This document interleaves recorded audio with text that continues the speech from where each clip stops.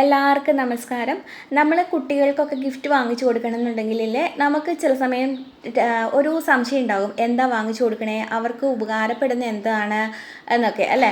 അപ്പം നമ്മൾ ചില സമയത്ത് ഡ്രസ്സ് വാങ്ങിച്ചു കൊടുക്കാം, അല്ലെങ്കിൽ ചിലപ്പം ഈ സ്കൂളിൽ കൊണ്ടുപോകാൻ പറ്റിയ സാധനങ്ങളോ കളിപ്പാട്ടങ്ങളോ അങ്ങനെ എന്തെങ്കിലുമൊക്കെ വാങ്ങിച്ചു കൊടുക്കും. അപ്പോൾ ഈ കളിപ്പാട്ടങ്ങളൊക്കെ വാങ്ങിച്ചു കൊടുക്കാനാണെങ്കിലുണ്ടല്ലോ അവർക്ക് ഉപകാരപ്പെട്ട എന്തെങ്കിലുമൊക്കെ വാങ്ങിച്ചു കൊടുക്കണ്ടേ. അങ്ങനെ വാങ്ങിച്ചു കൊടുക്കാൻ പറ്റിയ ഒരു അടിപൊളി സാധനമായിട്ടാണ് ഇന്ന് ഞാൻ വന്നിരിക്കുന്നത് കേട്ടോ. അപ്പോൾ ഇതാ പിള്ളേർക്ക് ഗിഫ്റ്റ് കൊടുക്കാൻ പറ്റിയ ഒരു അടിപൊളി സാധനമാണ് ഞാൻ ഈ തുറക്കുന്നത് കേട്ടോ. ഇത് കണ്ടോ, ഇത് ഒന്ന് പൊട്ടിച്ചതായിരുന്നു, അതുകൊണ്ട് എങ്ങനെ ഇരിക്കണം കേട്ടോ. ഇതിൽ 2 സെറ്റ് ഉണ്ടായിരുന്നു ഈ പാക്കറ്റിൽ.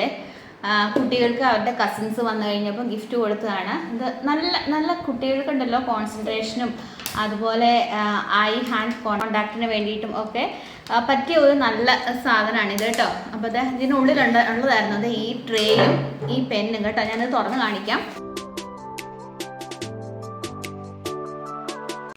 ഇത് നേരത്തെ തുറന്ന് വെച്ചിരുന്നതുകൊണ്ട് എങ്ങനെ ഇരിക്കുന്നത്. ഇതിൻ്റെ പേര് DIY ഡയമണ്ട് പെയിൻറ്റിങ് കിറ്റ് എന്നാണ്. ഇത് നമ്മൾ ആമസോണിലും ഫ്ലിപ്കാർട്ടിലൊക്കെ വാങ്ങിക്കാൻ കിട്ടുമേ. ഇതിൽ ഈ പടം കണ്ടോ, ഈ പടമാണ് ഇവർ ഒട്ടിക്കാൻ പോകുന്നത്. ഇത് കണ്ടോ,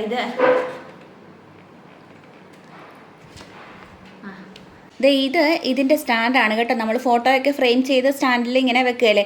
അപ്പോൾ അതുപോലെ ഇത് ഈ പടം റെഡിയാക്കി കഴിയുമ്പം ഇവർക്ക് ഇതിനുള്ളിൽ വെച്ചിട്ട് ഡിസ്പ്ലേ ചെയ്ത് വെക്കാൻ പറ്റുമേ. ഇത് വാങ്ങിക്കണം എന്നുള്ളവർക്ക് താഴെ ഇതിൻ്റെ പേര് എഴുതി വെച്ചിട്ടുണ്ട് കേട്ടോ, കാണാമല്ലോ. അത് കണ്ടോ, ഇവിടെ കളറും എവിടെയാണ് മുത്ത് ഒട്ടിക്കേണ്ടതെന്നുള്ളതൊക്കെ കൊടുത്തിട്ടുണ്ട് കണ്ടോ. ഇതുപോലെ തന്നെ ഒട്ടിച്ചാൽ മതി. ഇതില് കൊടുത്തിരിക്കുന്നത് കണ്ടോ, ഇതുപോലെ തന്നെ ഈ കളറുകളുള്ള മുത്തുകൾ കൊടുത്തിട്ടുണ്ട്. അപ്പം ഈ പേന വെച്ചിട്ട് ഇവിടെ ഇത് കണ്ടോ, ഈ പേന വെച്ചിട്ട് മുത്ത് എടുക്കാൻ പറ്റും. മുത്തിലേക്ക് ഇങ്ങനെ തൊട്ട് കഴിയുമ്പോൾ ഉണ്ടല്ലോ ഈ പേനയിലേക്ക് മുത്ത് പിടിച്ചിരിക്കും. എന്നിട്ട് ഇതിനൊരു ഇതുണ്ട്, ഷീറ്റ് ഉണ്ട് ഇതിൻ്റെ മേലെ. ഇത് പൊളിച്ച് കഴിഞ്ഞിട്ടുണ്ടെങ്കിലുണ്ടല്ലോ ഈ പടത്തിൻ്റെ മേലെ ഇവിടെ പശയാണ്. അതുകൊണ്ട് ഈ പേന വെച്ചിട്ട് മുത്തിൽ തൊട്ടിട്ട് ഇതിലേക്ക് ആക്കുമ്പോഴേക്കും ഉണ്ടല്ലോ ഈ മുത്തെല്ലാം ഇതിൽ ഒട്ടിപ്പിടിച്ചിരുന്നോളും. അപ്പോൾ ആദ്യമേ ഇതിൻ്റെ മുകളിലുള്ള ആ പ്ലാസ്റ്റിക്കിൻ്റെ ഷീറ്റ് അങ്ങ് പറിച്ച് മാറ്റി വെക്കണം.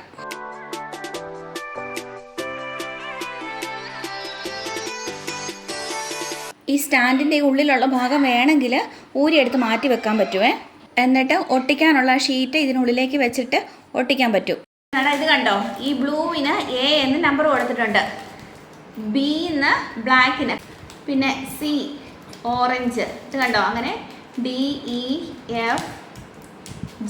ഓരോ കളറിനും ഓരോ ആൽഫബറ്റ് കൊടുത്തിട്ടുണ്ട് കേട്ടോ. അപ്പോൾ ഇവിടെയും ഈ ഓരോന്നില്ല. ഇപ്പോൾ ഈ പിങ്കിന് കൊടുത്തിരിക്കുന്ന E എന്ന ലെറ്റർ ഇതിനുള്ളിൽ കൊടുത്തിട്ടുണ്ട്. അപ്പോൾ ഈ ലെറ്ററിൽ ദാ ഇവിടെ ഈ ഒരു പിങ്കാണ്. ഇത് നമുക്ക് പൊട്ടിച്ചിട്ട് ഇവിടെ ഒട്ടിച്ച് വെക്കണം. ഇവിടെ മക്കൾ നേരത്തെ ഒരെണ്ണം ചെയ്തിട്ടുണ്ടായിരുന്നു, അതാണ് ഈ കാണിക്കുന്നത് കേട്ടോ. ഇവിടെ ഷീറ്റിലെ കളറല്ലാതെ വേറെ കളറുള്ള മുത്ത് ഒട്ടിച്ച് വെച്ചിരിക്കുന്നത് കേട്ടോ. അത് കൊടുത്തിരിക്കുന്ന നമ്പറിനനുസരിച്ച് ഒട്ടിച്ച് വെച്ചപ്പോഴാണ് ഇങ്ങനെയായത് കേട്ടോ. അപ്പോൾ അതുപോലെ ഈ ഷീറ്റിൽ ഓരോ കളറിനും കൊടുത്തിരിക്കുന്ന നമ്പറും ഈ മുത്തിന് കൊടുത്തിരിക്കുന്ന നമ്പറും നോക്കി അതുപോലെ തന്നെ ഒട്ടിച്ചാൽ മതി. അപ്പോൾ ഇതൊക്കെ മാറ്റി വെക്കാവേ. എന്നിട്ട് ഈ പിങ്ക് മാത്രമായിട്ട് പൊട്ടിച്ച് ഈ ട്രേക്കകത്തോട്ടിട്ട് വെക്കാം. ചിലപ്പോൾ ഇത് മുഴുവൻ വേണ്ടായിരിക്കും കേട്ടോ. എന്നിട്ട് ബാക്കി വന്ന് കഴിഞ്ഞിട്ടുണ്ടെങ്കിലേ നമുക്ക് ഈ മുത്തങ്ങ് മാറ്റി വെക്കാം. വേറെ എന്തെങ്കിലുമൊക്കെ ആവശ്യങ്ങൾക്ക് വേറെ ഇങ്ങനെ എവിടെയെങ്കിലും ഇങ്ങനെ കുപ്പിയിലും ഒക്കെ പെയിൻ്റ് അടിക്കുന്ന കുട്ടികളൊക്കെ ആണെങ്കിലേ അവർക്ക് അങ്ങനെ ഒട്ടിക്കാമല്ലോ. ഇവിടെ കഴിഞ്ഞത് ഒട്ടിച്ചതിൻ്റെ കുറേ മുത്ത് ബാക്കി ഉണ്ടായിരുന്നേ. അപ്പം അതെല്ലാം കൂടി ഒരു ഡപ്പയിലിട്ട് മിക്സാക്കി അങ്ങ് വെച്ചിട്ടുണ്ട്.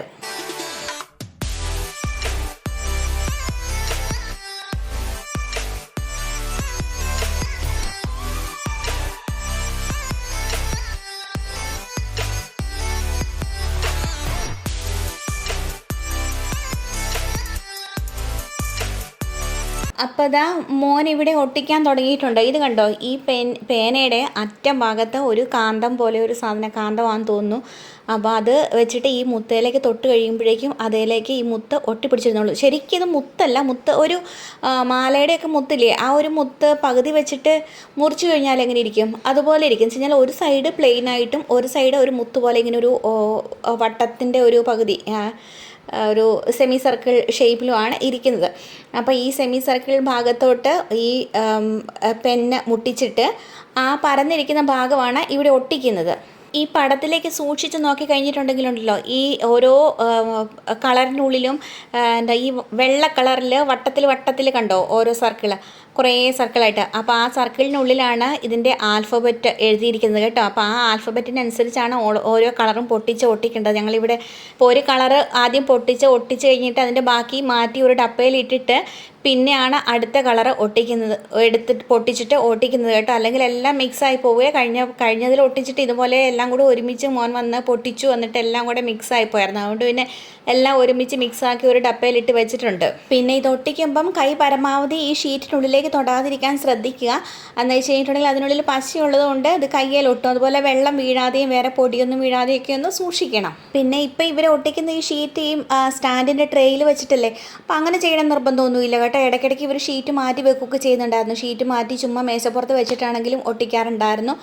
പിന്നെ ഇത് ഓരോ പാക്കറ്റിലെ മുത്ത് പൊട്ടിച്ച് ഈ ട്രെയിലേക്ക് അല്ലെങ്കിൽ ഒരു പാത്രത്തിലേക്കാണെങ്കിലും ഇടാം. അത് ഇടുമ്പം ഒന്ന് സൂക്ഷിക്കുക, പരമാവധി നിലത്തൊന്നും പോകാമെന്ന് വെച്ച് കഴിഞ്ഞാൽ ഇത് നിലത്ത് വീണ് കഴിഞ്ഞിട്ടുണ്ടെങ്കിൽ ഭയങ്കര പാടാട്ടോ. അത് ഒരു കളർ ഒട്ടിച്ച് കഴിഞ്ഞു, അപ്പോൾ അതിൻ്റെ ബാക്കി വന്നത് നേരത്തെ ഒട്ടിച്ചതിൻ്റെ ബാക്കി മുത്തുകളൊക്കെ സൂക്ഷിച്ച് വെച്ചിട്ടുണ്ടായിരുന്നു പറഞ്ഞില്ല ഒരു ഡപ്പയിൽ. ആ ഡപ്പയിലേക്ക് തന്നെ ഇവരിട്ട് വെച്ചു കേട്ടോ. എന്നിട്ട് അടുത്ത കളർ പൊട്ടിക്കുവാണേ.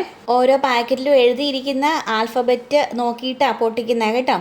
പിന്നെ ഞാൻ പറഞ്ഞില്ലേ ഇത് നിലത്ത് വീഴാതെ സൂക്ഷിക്കണമെന്ന്. എന്താണെന്ന് വെച്ച് കഴിഞ്ഞിട്ടുണ്ടെങ്കിലുണ്ടല്ലോ, നിലത്തുനിന്ന് പെറുക്കിയെടുക്കാനുള്ള പാടുണ്ടല്ലോ, അതൊന്നും പറയണ്ട. കഴിഞ്ഞത് ഒട്ടിച്ചതിൽ ഇവരെന്ത് ചെയ്തെന്ന് വെച്ച് കഴിഞ്ഞാൽ കുറേ മടുത്ത് കഴിഞ്ഞപ്പോഴുണ്ടല്ലോ ഇവർ ചുമ്മാ നിലത്ത് തറയിൽ വെച്ചിട്ട് ഒട്ടിച്ചു കേട്ടോ. അപ്പം അത്രയ്ക്ക് അങ്ങ് സൂക്ഷിച്ചൊന്നുമില്ല. അപ്പോൾ തറയിൽ വെച്ചിട്ടായപ്പോൾ മോൻ അതിൻ്റെ ഇടയ്ക്കൂടെ ഓടിച്ചാടി നടന്നിട്ട് അത് മറിച്ചിടുകയൊക്കെ ചെയ്തു. അങ്ങനെ മറിഞ്ഞു പോയിട്ട് പിന്നെ നിലത്തുനിന്ന് പെറുക്കിയെടുക്കാൻ എന്തോരു പാടായിരുന്നു അറിയാം. നമ്മൾ ടൈൽസിലൊക്കെ വീണ് കഴിയുമ്പോഴേ പിന്നെ അവസാനം ഈ മുത്ത് പോട്ടെ ഈ പേനയുണ്ടല്ലോ, ഈ പേന വെച്ചിട്ട് തന്നെ ഞങ്ങൾ കുത്തി എടുത്ത് ഡപ്പയിലേക്ക് ഇട്ട് വെക്കുമായിരുന്നേ. അതൊരു പണിയായിരുന്നു എൻ്റെ പൊന്നോ, ഒന്നും പറയണ്ട.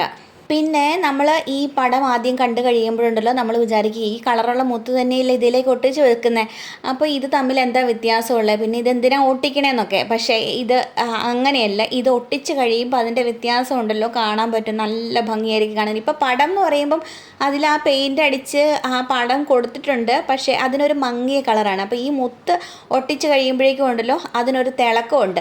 അപ്പോൾ അതൊക്കെ കഴിയുമ്പോഴേക്കും ഉണ്ടല്ലോ അതൊരു പ്രത്യേക ഭംഗിയാണ്. പിള്ളേരെന്നൊക്കെ പറയുമ്പോൾ ഉണ്ടല്ലോ അവരിത് തീർത്ത് കഴിയുമ്പോൾ, ഇത് ശരിക്കും പറഞ്ഞിട്ടുണ്ടെങ്കിൽ ഇതൊരു 2-3 ദിവസം കൊണ്ട് 3 ദിവസം എടുത്തു ഇവരിത് തീർക്കാൻ വേണ്ടി, ഈ ഒരെണ്ണം തീർക്കാൻ വേണ്ടിയിട്ട്. മറ്റേത് തീർക്കാനായിട്ട് ഒരാഴ്ച എടുത്തു.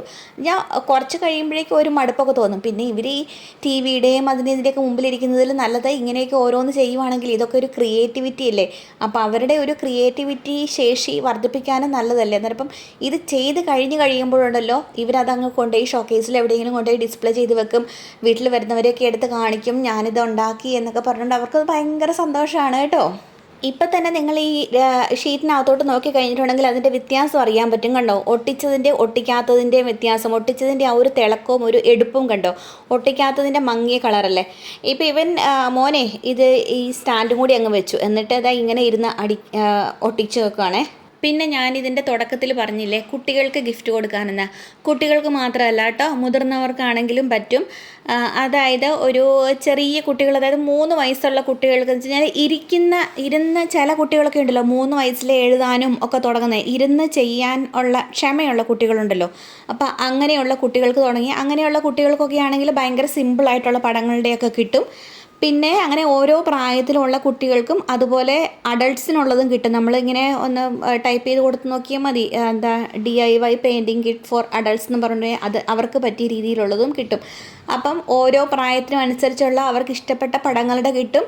ഇപ്പോൾ കുഞ്ഞു കുട്ടികൾക്കൊക്കെ ആണെന്നുണ്ടെങ്കിൽ ഭയങ്കര സിമ്പിളായിട്ടുള്ള പടങ്ങളൊക്കെ അല്ലേ പറ്റുള്ളൂ, അപ്പോൾ അതിനനുസരിച്ചുള്ളത് പറ്റും. അല്ലെങ്കിൽ കുറച്ചുകൂടെ വലുതായിട്ടുള്ള കുട്ടികളൊക്കെ ആണെങ്കിൽ അവർക്ക് ഇഷ്ടപ്പെട്ട എന്തെങ്കിലും കാർട്ടൂൺ കഥാപാത്രം പാത്രങ്ങളായിരിക്കാം, ആനിമൽസ് ആയിരിക്കാം, ബേർഡ്സ് ആയിരിക്കാം, പ്രകൃതി ഭംഗിയായിരിക്കാം. ഇപ്പോൾ പെൺകുട്ടികൾക്കൊക്കെ ആണെങ്കിൽ ഭയങ്കര ബ്യൂട്ടിഫുൾ ആയിട്ടുള്ള ഈ ഏഞ്ചലോ അല്ലെങ്കിൽ രാജകുമാരിമാരുടെ അങ്ങനത്തെ പോലത്തേക്ക് ആയിരിക്കും ഇഷ്ടം. ആൺകുട്ടികൾക്കൊക്കെ ആണെന്നുണ്ടെങ്കിൽ അവരുടെ ടൈപ്പ് പടങ്ങളൊക്കെ ആയിരിക്കും ഇഷ്ടം. അപ്പോൾ അങ്ങനത്തെയൊക്കെ കിട്ടും. ഇപ്പോൾ മുതിർന്നവർക്കൊക്കെ ആണെന്നുണ്ടെങ്കിൽ വേണമെങ്കിൽ ദേവന്മാരുടെ, ദേവിമാരുടെ, അങ്ങനെ ദൈവങ്ങളുടെയൊക്കെ പടങ്ങളൊക്കെ ആയിരിക്കും ചിലർക്കൊക്കെ ഇഷ്ടം. അപ്പോൾ ഓരോ പ്രായത്തിനും അനുസരിച്ചുള്ളവർക്ക് അവരുടെ ഇഷ്ടത്തിനനുസരിച്ചുള്ള പടങ്ങൾ സെലക്ട് ചെയ്യാം. പിന്നെ പൈസ എന്ന് പറഞ്ഞു കഴിഞ്ഞിട്ടുണ്ടെങ്കിൽ ഇതിനധികം പൈസയൊന്നുമില്ല കേട്ടോ. ഒരെണ്ണത്തിന് ഒരു 200-300 രൂപയൊക്കെ ഉള്ളൂ.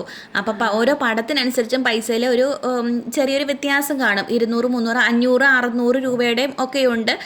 അതായത് ഇപ്പം ഓരോ പടങ്ങളുടെ അനുസരിച്ച് വ്യത്യാസം വരും. അപ്പോൾ ഇവരിത് ചെയ്ത് കഴിഞ്ഞ് ഈ ഒരെണ്ണം അത് കഴിഞ്ഞപ്പോഴേക്കും ഒരു സന്തോഷം. എപ്പോഴും ചെയ്തുകൊണ്ടിരിക്കുമല്ലായിരുന്നു കേട്ടോ, ഇടയ്ക്കിടയ്ക്കൊക്കെ വന്ന് ചെയ്യുന്നു, അത്രേ ഉള്ളൂ. ഇപ്പം നമുക്കാണെങ്കിൽ അങ്ങനെ ചെയ്യണമെന്നുണ്ടെങ്കിൽ ഫ്രീ ടൈമിലൊക്കെ ചെയ്യാം. ഇടയ്ക്കിടയ്ക്കൊക്കെ ഒരു ഇൻട്രസ്റ്റിംഗ് ആയിട്ടുള്ള ഒരു പണി. പിന്നെ ചെയ്ത് കഴിയുമ്പം അത് കണ്ടു കഴിയുമ്പോൾ നമുക്ക് തന്നെ ഒരു സന്തോഷവും. ഇത് ഒട്ടിച്ച് കഴിഞ്ഞപ്പം ഇത് കണ്ടോ, നേരത്തെ ഒട്ടിക്കണതിന് മുമ്പുണ്ടായിരുന്ന വ്യത്യാസം ഇപ്പോഴത്തെയും ഒരു നല്ല ഭംഗിയില്ലേ ഇപ്പം കാണാനായിട്ട്. അപ്പോൾ ഗിഫ്റ്റ് മേടിച്ചു കൊടുക്കാൻ വേണ്ടിയിട്ട് സംശയം തോന്നുന്നവർക്കൊക്കെ ഇങ്ങനെയും ഒന്ന് ട്രൈ ചെയ്യാം കേട്ടോ. ഇതെല്ലാവർക്കും ഇഷ്ടപ്പെടുവേ.